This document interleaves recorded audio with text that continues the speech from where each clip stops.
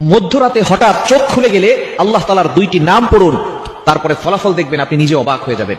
মধ্যরাত, এই রাতটা হচ্ছে রাতের শেষ অংশে যদি আপনার চোখ খুলে যায় তাহলে মনে করবেন আল্লাহ তাআলা আপনাকে সফলতার দ্বার প্রান্তে পৌঁছে দেওয়ার জন্য আপনার চোখটাকে খুলে দিয়েছে। কিন্তু দুঃখজনক হলেও সত্য, আমরা অনেকেই রাতের বেলা হঠাৎ করে চোখ খুলে গেলে অথবা ঘুম ভেঙে গেলে কিন্তু আমরা আল্লাহকে স্মরণ করি না। এই সময়টা হচ্ছে সবচেয়ে গুরুত্বপূর্ণ সময়। বুখারী শরীফের বর্ণনা, নবীজি সাল্লাল্লাহু আলাইহি ওয়াসাল্লাম জানিয়ে দিয়েছেন, নবীজি সাল্লাল্লাহু আলাইহি ওয়াসাল্লাম বলেন, রাতের শেষ অংশে, মধ্যরাতের পরেই রাতের শেষ অংশে যখন রাত একেবারে গভীর হয়ে যায়, এই সময়টা আল্লাহ তাআলা প্রথম আসমানে চলে আসেন এবং আল্লাহ তাআলা বান্দাদেরকে ডাকতে থাকেন, কার কি লাগবে আমি আল্লাহর কাছে চাও। রাতের শেষ অংশে এই সময়গুলোতে, এই সময় যদি আপনার চোখ খুলে যায়, আপনি এই আমলগুলো করতে দেরি করবেন না। আপনার ওযু করার দরকার নাই, ওই অবস্থায় আপনি আমলটি করবেন। আল্লাহ তাআলা দুইটি নাম পড়বেন 11 বার করে। কয়বার?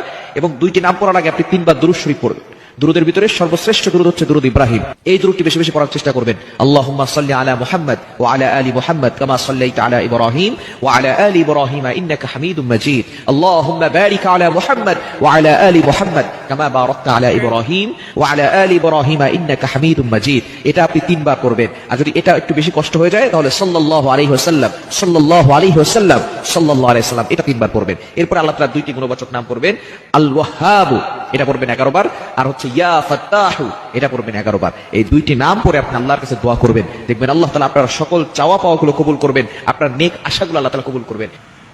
মধ্যরাতে হঠাৎ চোখ খুলে গেলে एक छोटा सा सब्सक्राइब कर दीजिए और अच्छा से वीडियो मिलने के लिए। ओके।